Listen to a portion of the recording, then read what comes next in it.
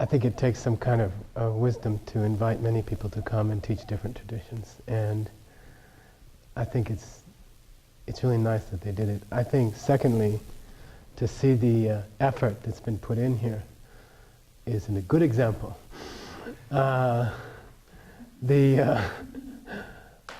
This is only a small part of the total facility here, and I think it's just it shows a lot of effort. You know, you don't have to think too much to think that many people have worked very hard and put a lot of their devotion into this place, and you can smell it and you can feel it, and this is not even half of the place. There's another half over there, and I just think that that's something that would be a great example for everyone, and I think it says a lot for their programs. I think there must be something right going on here, that so many people care about it and want to put their time and energy into it.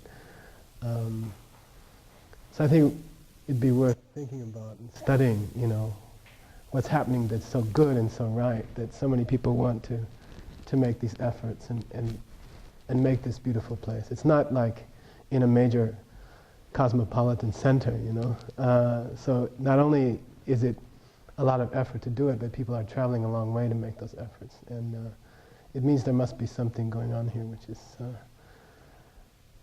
exemplary. So I think that strikes me here, first thing. I'd like to start just meditating for maybe 5 minutes and try to think about why you came here. You know, it's a very difficult in a human life to get 2 or 3 days to study anything. It's very difficult to get 2 or 3 days of human life at all, healthy and undisturbed, and to do something meaningful. It's extremely rare. So I think just think about what you plan to do here. Think about your motivation. Think about what you would like to achieve, something great. This is, I think, one of the greatest teachings ever spoken on this planet, maybe the greatest. And it's just a few pages, it's not much. And as you will see, if you really understood it well, you could achieve every dream you ever had and more. And think about that. You know, think about the possibility. Don't think it's 3 days studying one more book or something like that. It is truly the possibility of achieving your wildest dreams and more. And just think about that. You know, think that you would like that to happen from this teaching this weekend. It can happen. Very probably could happen. And get that motivation, okay? About 5 minutes.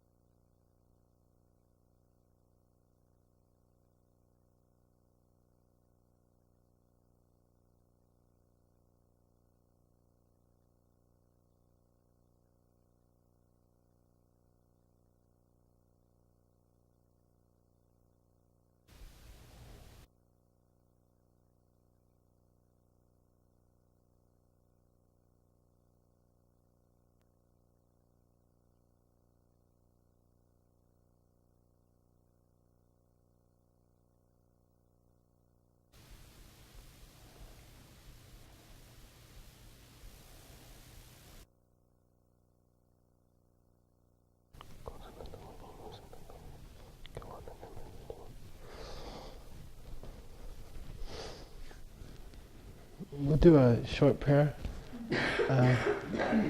If you don't know it, just be happy. It's like getting your motivation together. That what we're doing should help all living beings. Okay. You in the mood, Anila?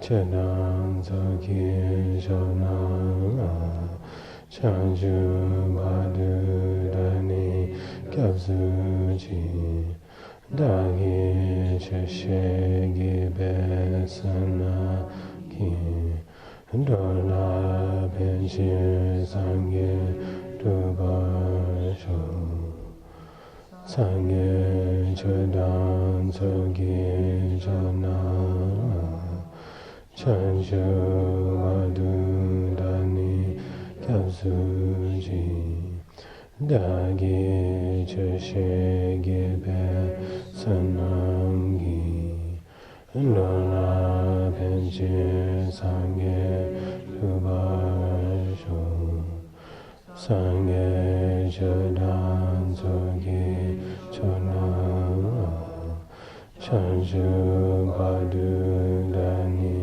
Kyabsuji Dagi Cheshegi Sanamgi Lola Penche Sangye Lubasho.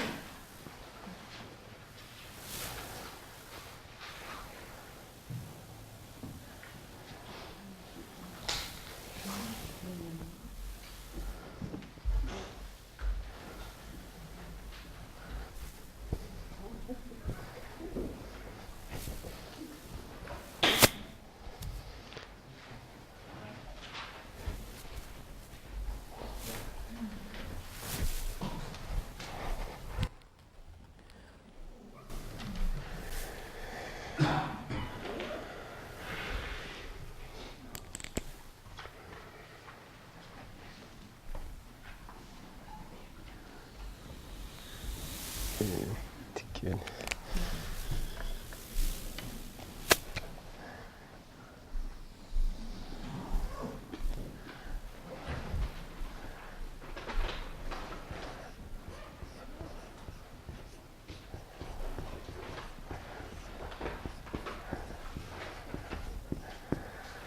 I'm going to write some Tibetan words on the board and ask you to repeat them, but it's not like you have to put them on your homework or anything like that, which you all must do, right? Those of you who want to do it in Tibetan track should write the Tibetan and learn it, okay? You don't have to do it in Tibetan track. You can do it in English track, and then you don't have to learn any Tibetan, okay? But I'll ask you to repeat the words because it's a blessing. Okay, so say korwa. Korwa. Korwa. Korwa. Korwa comes from a Tibetan root that means circle, or something that goes in a big circle.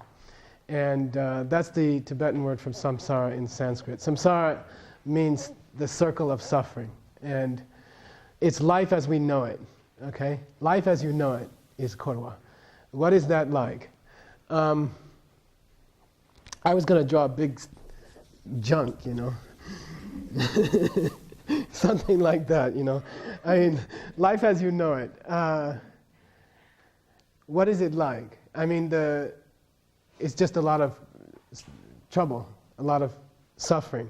And, you know, you hear people get up and say, oh, life is suffering. And you say, well, it is sort of suffering, you know. Last time I got the flu, it was pretty bad, you know. Or, yeah, I did get laid off last week, or 2 days ago, or whatever. And, you know, you think of life like that as suffering. But it's much worse than that. It's totally unpredictable. I mean, life is just meant to screw up. Your whole life, everything about your life, everything you are, everything you own, every relationship you have, eventually will collapse. It's just a matter of time. Like we are on some kind of roll right now, you know. I mean, we're kind of healthy, maybe not so healthy, not too old, found a Buddhist path. We have nice things going. You know, you have a place to stay, you're well fed, all that. But all of that, every detail will collapse. Every detail of your life will collapse. You know, I have these students who go crazy, and sometimes I think they're right, you know. And they say, I can't handle life, you know, life is too much, life is terrible. And then I don't know what to say, because they're right, you know. Everything good about your life will collapse. Everything you own, everything relationship you have, your own health, your own body, even this country and things like that, there will be some kind of collapses, and everything will collapse. And that's the kind of life we're living. Right now we're in some temporary stage. I translated for the Dalai Lama's doctor many years ago, and he was describing health as a balance of all the elements in the body. And then he said, that's an accident. He said, for your body to be healthy is an accident. And the normal condition is not that. The normal condition is to be sick. And then when people are healthy, it's like some kind of temporary accident. And then they return to their original condition, which is sick. And he said that. And he's like the preeminent Asian physician in the world, and he's saying that, you know. And that's the condition we're in. Right now is a very temporary, you know, propitious moment in which we are healthy and things are still going all right and like that. It will degenerate, it will collapse, it will go downhill. It must, it has to. Don't fool yourself, look around. You know, go to a nursing home. You know, meet the Supreme Court judge who's in the nursing home. I did that, it was really interesting. You know, he's blabbing these things and the nurses are like humoring him and the other attendants are beating him up once in a while. And you know, that's where we're going. That's all there is to do. And that's the only thing we can look forward to. And this is not the way it's going to be. This is not real. This is very temporary. This is not our condition. You know, to be in a nice meditation hall and well-fed and among our good friends and all of that will dissolve. It won't last. It's just a question of a few years. And there won't be any of us here. And we'll all be in some nursing home or dead somewhere. And that's it. That's our condition. That's the condition we're in, korwa. And it has to go like that. It must go like that. There's no choice. There are certain energies that have been put into motion, and we are the victim of those energies. We are at the mercy of those energies. And they run a certain way, and they always run bad. They always run down. And that's it. That's all we have to look forward to. There's another condition over here. This one we can experience.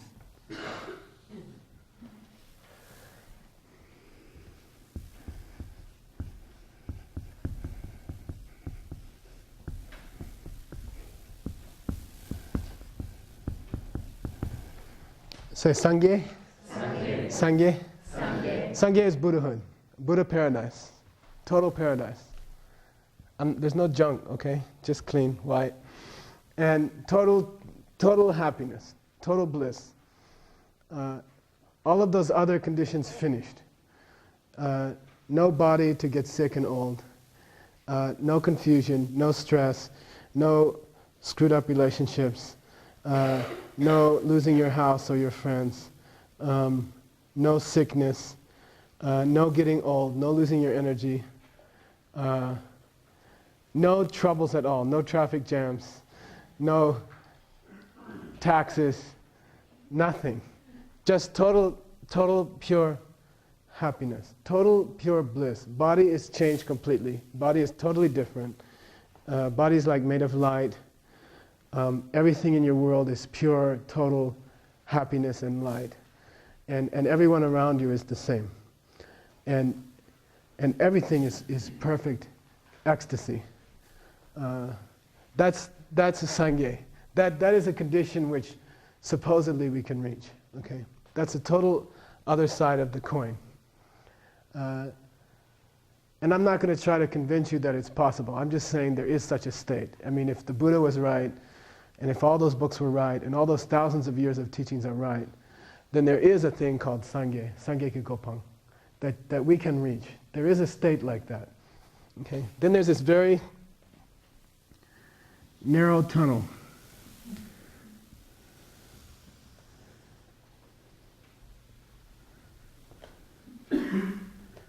There's this very narrow tunnel between the two states. If you are who you seem to be, and I don't know who you are, really, I can't read your mind, you're over here. And we're trying to get over here. And that's the whole purpose to be alive at all. I mean, is to get from here to there. That's why we're here. That's why you study. That's why there's all these Dharma centers. That's why there's all these people teaching. That's why there's millions and millions of people since the Buddha came trying to be good Buddhists. They're trying to find this door here and get to this place here.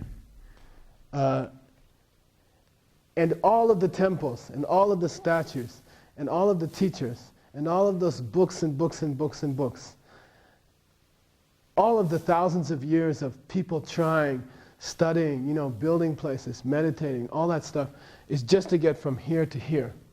And really you can boil it down to one experience. It's about here.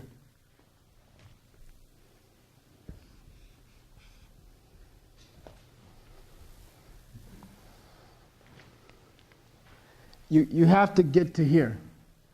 This is a certain experience. To get from here to there, you must go through this experience. Okay? Must find this experience. Okay? It's about a 15 to 20 minute experience. Okay? It takes like 15 or 20 minutes. And it's worth all of the temples and all the statues and all the thousands of years of Buddhism. And all the books. I mean, if you undergo this one experience, you understand every Buddhist book that was written, period. Okay? I mean, they are of interest to you after that, but only because they describe what you saw. But you understand the hundreds of thousands of pages of Buddhist books in 20 minutes. And you don't need to know much more than that.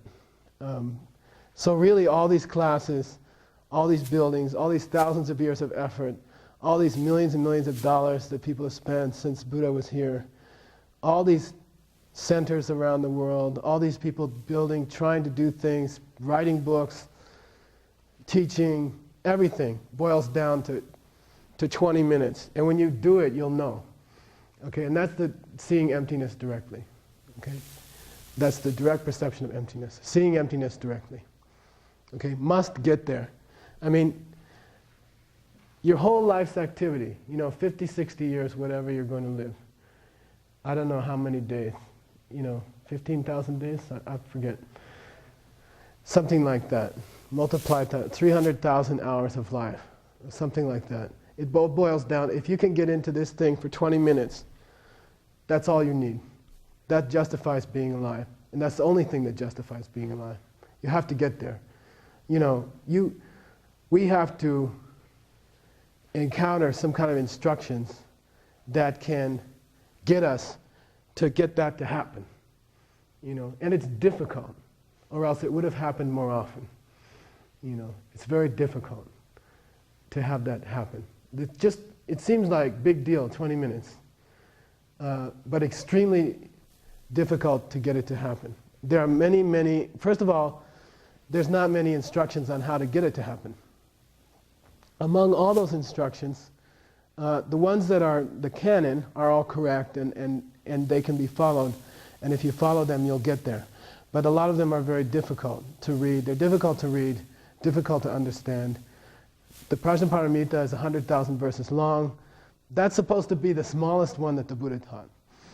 Then there's a 25,000 verses long, 8,000 verses long, and like that. I mean, there's hundreds of volumes that you can study. And they're all just aimed at getting this 20 minutes to happen. And we don't have time to read those. You really don't have time.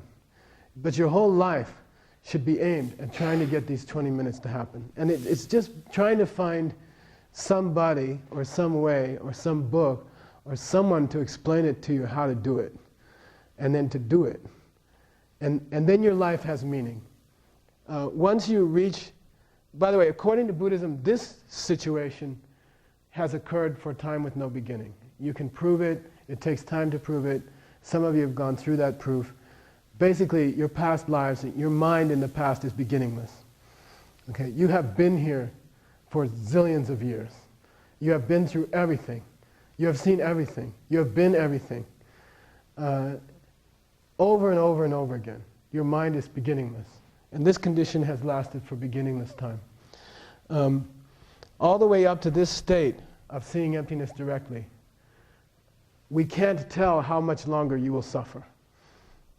It could be, you could be, this is, by the way, best it can get right now. This moment, in this place, in this realm, in this meditation hall, with that kind of dinner, and that's the best, they can't get better than that. It will not get better than that. It goes downhill from there. Cannot get better than that. And you can't tell a person in this room, somebody in this room says, how long will it be before I get out of this? There's only one question you have to ask. Have you seen emptiness or not? Okay? If you say no, then even a Buddha can stand here and say, can't say. Lung matemba. Lung matemba means I cannot predict for you when it will be over. I can't tell you precisely when it will be over. But once you reach this state, once you see emptiness directly, like 20 minutes, in a history of a zillion years, actually infinite number of years, then it's all over. You're on your way out. Totally changed. From this point on, you're a totally, totally different person. That's what they call stream enterer. And from that moment on, you are a totally changed being. Your whole existence changes. Any Buddha can get up then and say, okay, very typically 7 more lifetimes. 7 more lifetimes, you're out. You're a Buddha in 7 lifetimes. Okay? They won't call you Mike anymore. They won't call you that anymore. They'll call you Buddha. You will be a Buddha, 7 more lifetimes. So actually, if I drew this right, the left side would be infinite miles long, and the right side would be like a centimeter long. It's that kind of difference, and it all hinges on this. So, suppose someone gets up who's seen emptiness directly, and is looking at all these people and saying, how can I get those people to do it? How can I get them to see it? If there's like 60 minds in this room, how can I push those minds into that box? How can I get them there? And that's the purpose of this class. Okay, that's the purpose of what we're going to try to do this weekend. It's how can we spend in 2.5 days? How can we get 60 minds to approach this state? Assuming you haven't, okay? If you're sitting here, you either didn't do it or you're some kind of deity who's pretending they didn't do it. Okay, and I don't know how many of what, okay? So I'll go on and pretend to teach it, all right? On the assumption that someone here hasn't seen it, okay? How do you get those minds into that state in the most efficient way? And that's the purpose of this class. I'm not gonna take you through the grammar of the DiamondCutterSutra, okay? Let's spend a day and a half or whatever it is, 2 days, and just try to imagine what would push people the closest to this state, and give you the instructions that you need to get there. Okay, I think Pat Wells made me think like this. She said, look, I won't say how old, okay? And I want to do it, I just want to see emptiness, and just cut the crap, tell me what I need to know, and I don't care what it is in Sanskrit, just tell me what I need to know, I'll still do my homeworks and stuff, I promise, And I think let's just try and concentrate like that. Really try to think of it like that, I'll try not to degenerate into course mode. Try to stay in mode of trying to get 60 mind streams as close as possible. You're at a certain state now. How close you can get to that depends on a lot of different factors.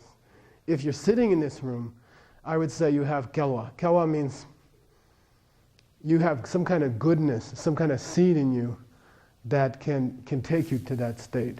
You know, if you got to Barre, Massachusetts, and if the DiamondCutterSutra made it from 500 BC up to here, there's something going on. You know, there's some kind of energy, good energy, between you and this teaching. You know, you have the kelwa to connect with it. So I think if you're in this room, you probably have the potential to get to this in your lifetime. I would say that. Okay, some people more difficult because of certain spiritual obstacles in their own hearts. And some people more easy because of other spiritual tunkians, right? Conditions in their mind which are very, very ripe. You know, some people in this room very, very ripe to do it. Very, very close. Takes a little bit of push, you know. First time the Buddha taught the wheel of the Dharma, the Four Noble Truths, which are properly called Arya truths. Certain disciples, a disciple went into the path of seeing, saw emptiness directly there during that period. I mean, that's how ripe they were, his first four disciples. So we're trying to, I don't know how close you are. I don't know how ripe you are. We just have to do it as powerfully as we can and present all the information you need. You know, and do your homework and all that stuff. It helps. But really concentrate on the idea that if you made it here, you're close to this. You could be close to this. And can you pull it off in this life? If you do, everything is totally changed. You are truly close to total enlightenment. You can make it. You know, if you stop short of here before you die, I can't say. You know, I don't know. I don't know where you'll go. And it won't be nice. You know, it'll be back into some very bad thing. Really, truly. Very unlikely to get back here. So you have to try to make it to here. You know, that's the function, that's the purpose of this. This is what the diamond cutter's for. And you have to try to do it now. Otherwise, I don't know. But if you make it here, everything it's happiness beyond anything you can imagine, and will never change again. And you'll know it. And you'll see your future lives. And you'll see what's coming. And that's the point of being alive. I mean, that's the whole purpose of human existence, is to reach that point. And then you don't need anything else. You don't need anything. You know, that one thing is all you need for the rest of your life. Period. You don't need anything else. And you'll know it. So you have to really try hard. You know, some people closer, some people farther. But if you're here, you have the potential. The likelihood of you getting here and the DiamondCutterSutra making it through 2,500 years of being recopied and explained and interpreted, and the likelihood of you two meeting up is almost totally impossible.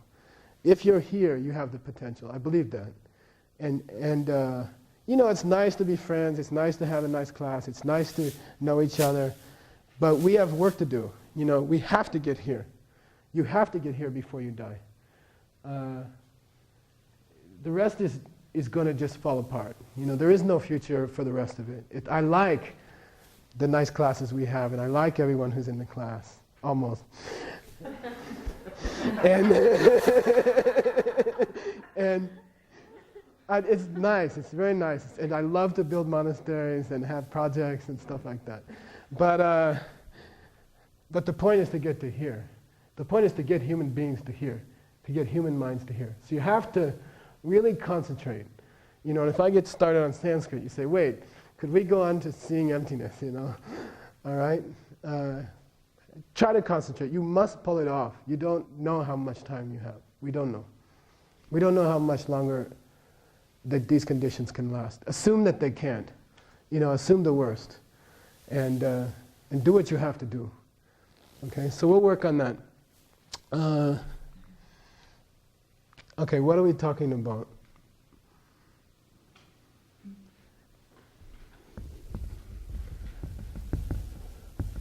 The Sanskrit is.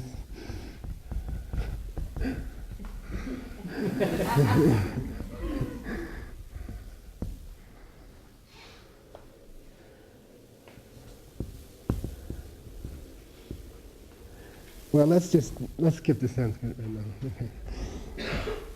Name of the book is the DiamondCutterSutra. And I'm going to talk about the title. The name diamond, the word diamond, we put it on computer now, we've put a lot of books on computer now. The word diamond does not appear in the DiamondCutterSutra. Okay? The word diamond isn't there. Somebody has given it this name. Okay? So presumably the Buddha. Okay? When one of the disciples in the sutra asks the Buddha, what's this book called? He says, Perfection of Wisdom. He doesn't say Diamond Cutter. Okay? So somebody, presumably the Buddha, has called this book the DiamondCutterSutra. And the name has directly to do with this experience of seeing emptiness directly. This name is totally related to this experience. Okay? So it's very important to understand the name. And to understand it in terms of what happens in those 20 minutes. Okay? It's very important to connect those two. And that gives you a clue that this teaching is not just another, it's not just some presentation of some idea or something like that.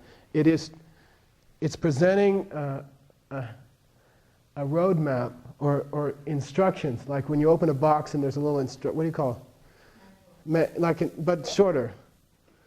Quick start? Like quick start, okay. It's like a little one-page thing that says, okay, let's get down to business, This is all you need to know to get there. That's all you need to know. The rest is nice. The rest is important. The rest contributes.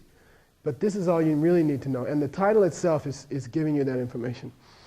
Diamond is probably the most important word in the whole sutra. Okay, the title, diamond. Diamond cutter. Diamond means, in Sanskrit, okay, it's Vajra. Say Vajra. Western scholars say Vajra, which is wrong. The original pronunciation is Vajra. And that means diamond. In Tibetan, Dorje. Okay? You need to know it because it's on the homework, sorry.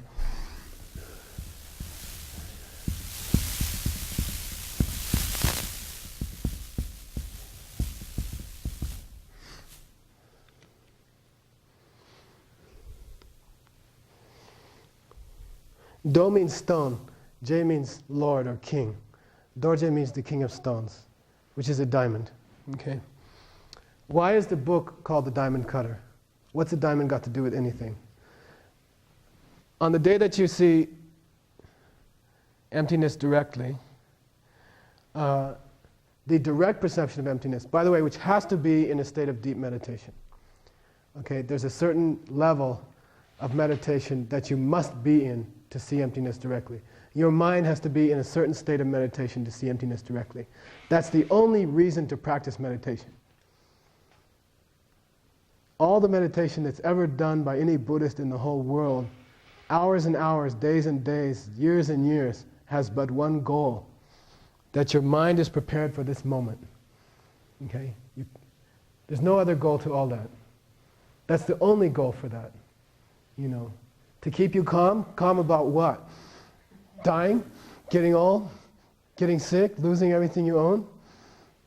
Can it stop that? I mean, this is what stops that. And your mind must be in that state of meditation.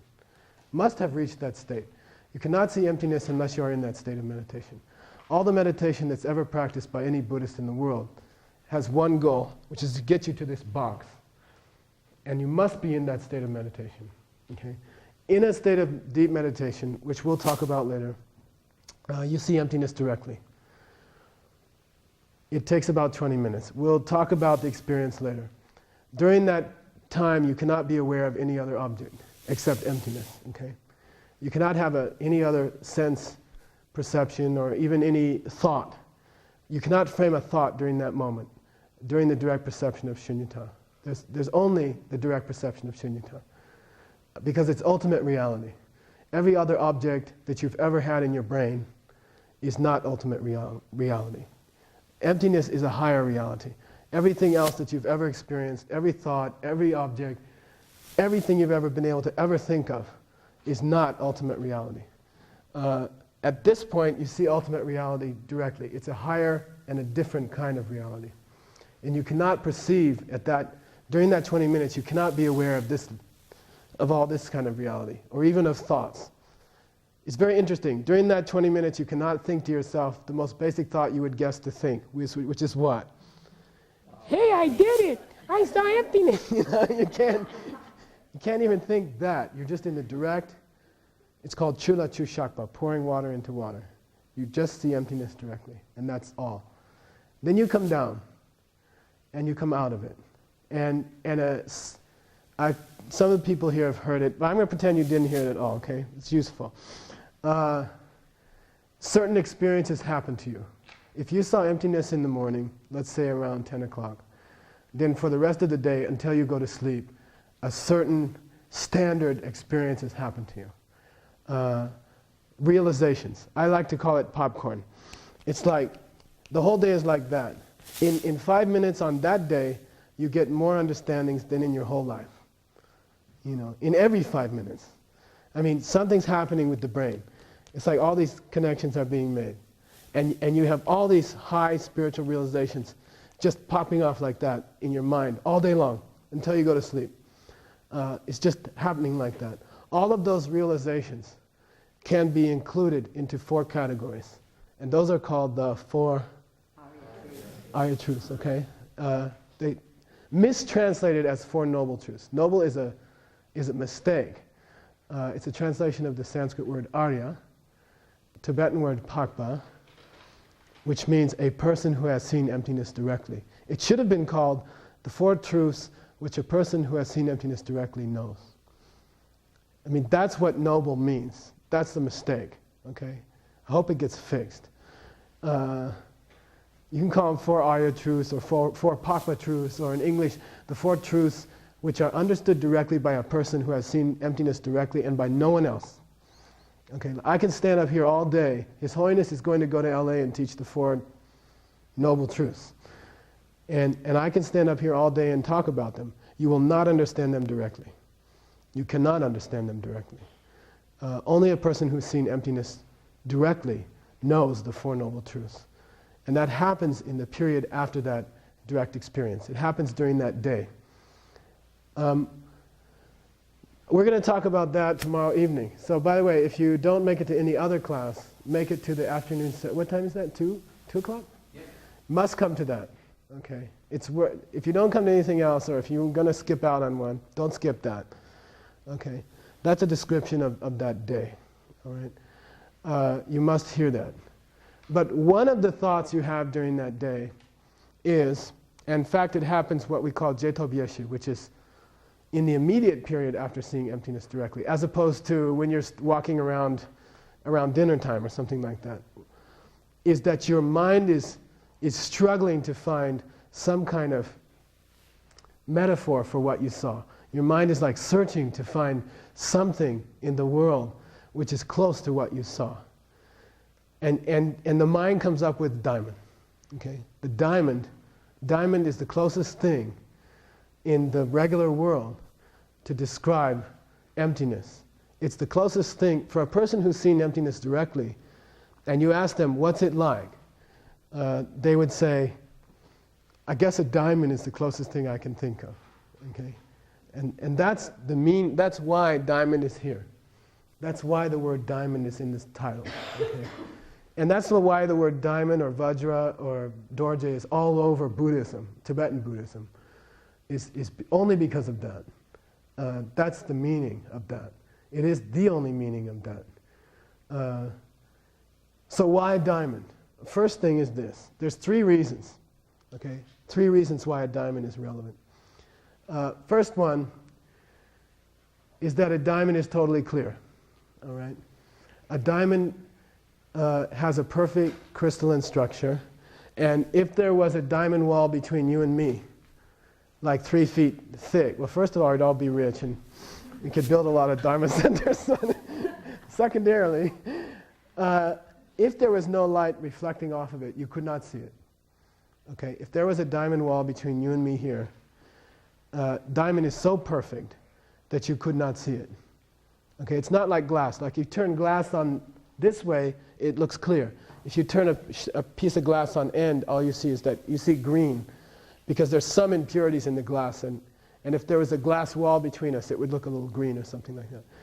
Diamond, you could have a wall a mile long, a mile thick, and you wouldn't even know it was there.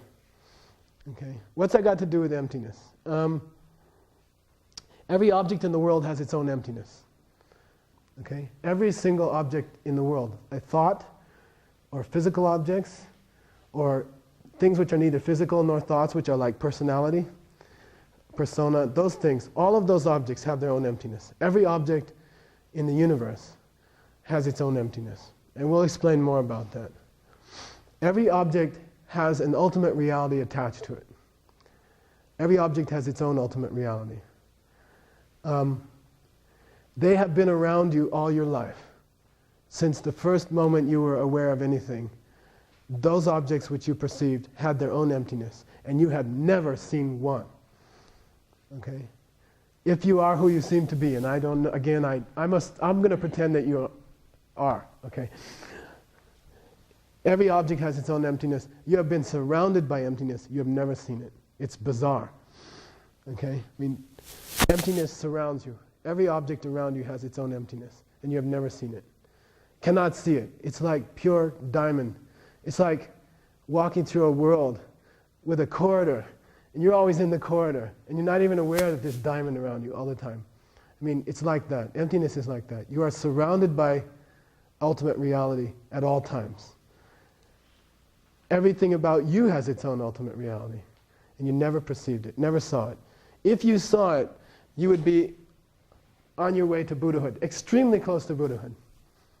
Extremely, extremely, extremely close to Buddhahood. So the first thing is kind of frustrating. It is around you all the time. It's sitting right there. You can't see it. Okay? That's the first meaning of diamond. Okay?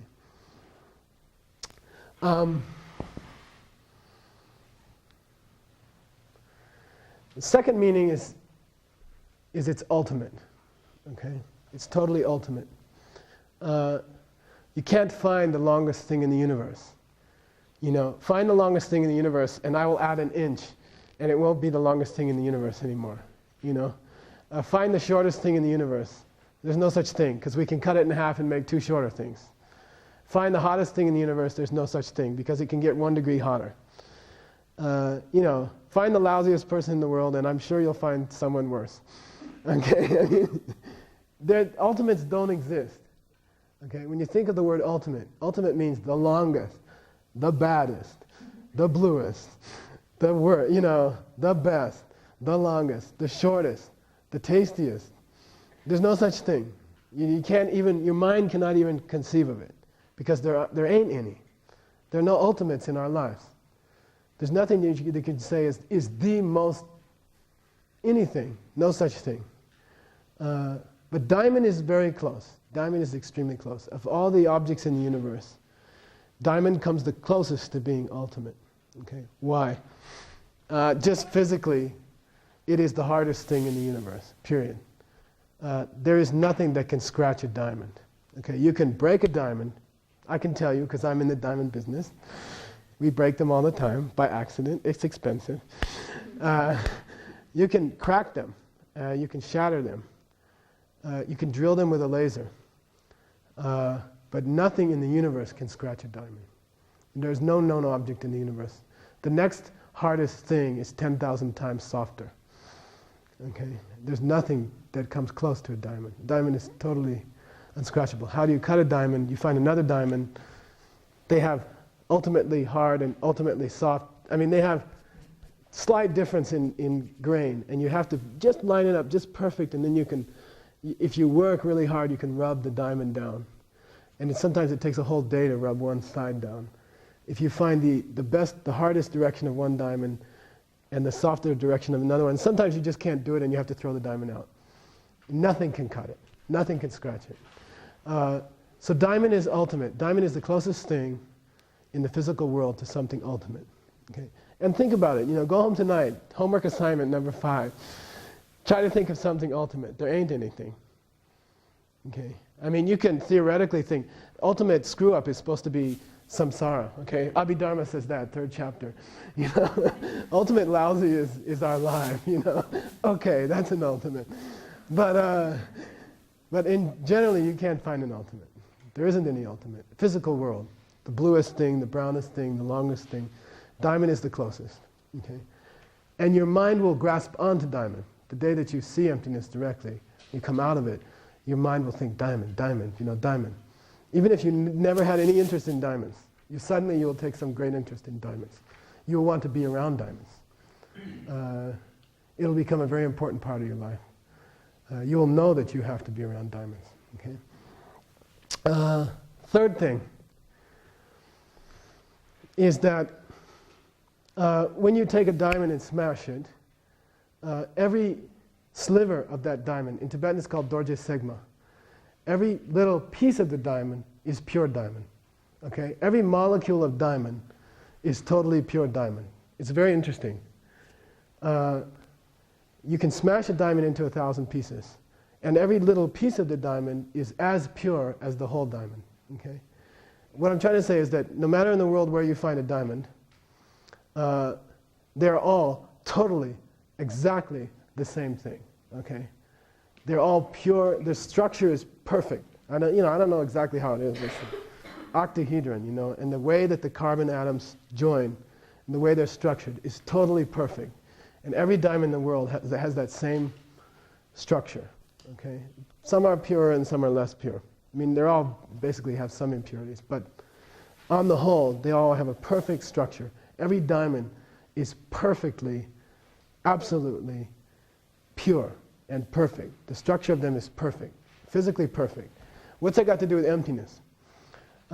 Every object in the universe has its own emptiness. Everything in the world has its own emptiness. Your toe has its own emptiness. Your toenail has its own emptiness. The end of your toenail has its own emptiness. Any object that you can say is an object has its own emptiness. And those emptinesses are totally equivalent. Okay? They are all pure, absolute, perfect, ultimate reality. Okay? They're all totally the same. Okay? Absolutely the same. They are hanging on different objects. You know, this pen has its own pure, totally, absolute, nothing else, nothing higher, nothing lower, completely perfect, ultimate reality. The top has its own. The inside of the top has its own. The left side of the inside of the top has its own. Every object has its own perfect reality, ultimate reality. Every object has it. And they're totally the same. They're absolutely the same. Okay? And those are 3 qualities of diamond. That's why it's called the Diamond Sutra. Are you going to call it Diamond Sutra? No. Mistranslation. Terrible. Okay? Horrible mistake. Somebody decided it will sound better without cutter on it. Okay? It's not the Diamond Sutra. And I'll try not to call it that, and I get to yell at you if you call it that. It's not the Diamond Sutra. It's Vajracchedika. Okay? Let's say Vajra.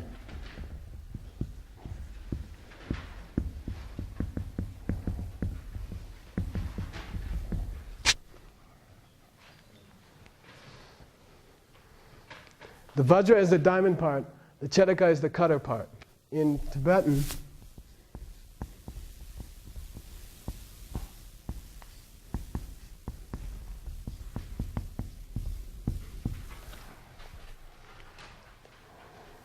it's Chepa.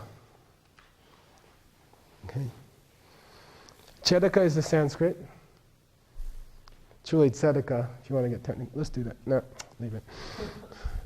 In Tibetan, Chepa. Okay? It means to cut. The name of the book is not Diamond Sutra, it's DiamondCutterSutra.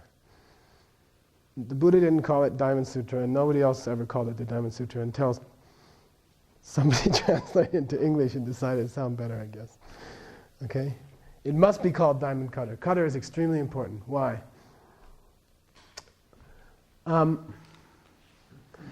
In the period after you see emptiness directly, your mind is struggling to find something in the world that can remind you. You know, if I keep this You know the story of the king who figured out that the water in this country was making everybody crazy. If you drink the water, you'll go crazy. So he stopped drinking the water. And then sooner or later, he has to drink the water. Everybody else has already gone crazy. So he makes a big mark on his forehead with this big pen, you know, big X. And say, I'll drink the water. And then after I go crazy, I'll see that X in the mirror, and I'll think, why did I put that X in my head? And then it'll be to remember that I drank the water and that I'm crazy, you know. And then he forgets what the X means, right, after he drinks the water. But anyway, it's like your mind is struggling for something to remember what you saw. And your mind is struggling. The thing you come up with is diamond. Diamond is the closest thing to an ultimate thing in the universe, in our world, to remind you of what you saw in the other world. Okay? But how close is it? Okay? If you had to compare the most perfect diamond to what you saw during those 20 minutes, it's absolutely no comparison. Not even close. Not the least bit close. Okay? Closest thing, and how close? Not at all. Okay? No, it doesn't bear a, what do you call it? There's an expression in English. No, there's some idiom. Anyway, but doesn't there a torch bear a light? Bear a mat? Hold a torch. I don't know. Anyway, it's not even close. Okay? If you compared ultimate reality to diamond, which is the closest thing to ultimate reality, it's not close at all. Not close at all. And you will remember that the day you see emptiness. You will think about that. You'll say, okay, I better be around diamonds. But I have to remember, you know, they're not close at all. You know, I mean, they don't know cigar. You know, diamonds are inferior to ultimate reality.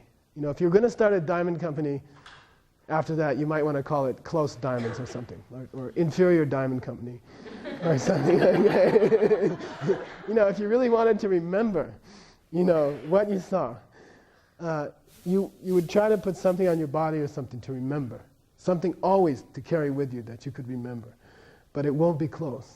Okay? You mean the second thought will be, yeah, okay, that was the closest thing I could put on my body to remember, but it's not close. It's not at all close to what I saw. And that's a diamond. That's the meaning of the title. Okay, that's why the title is that.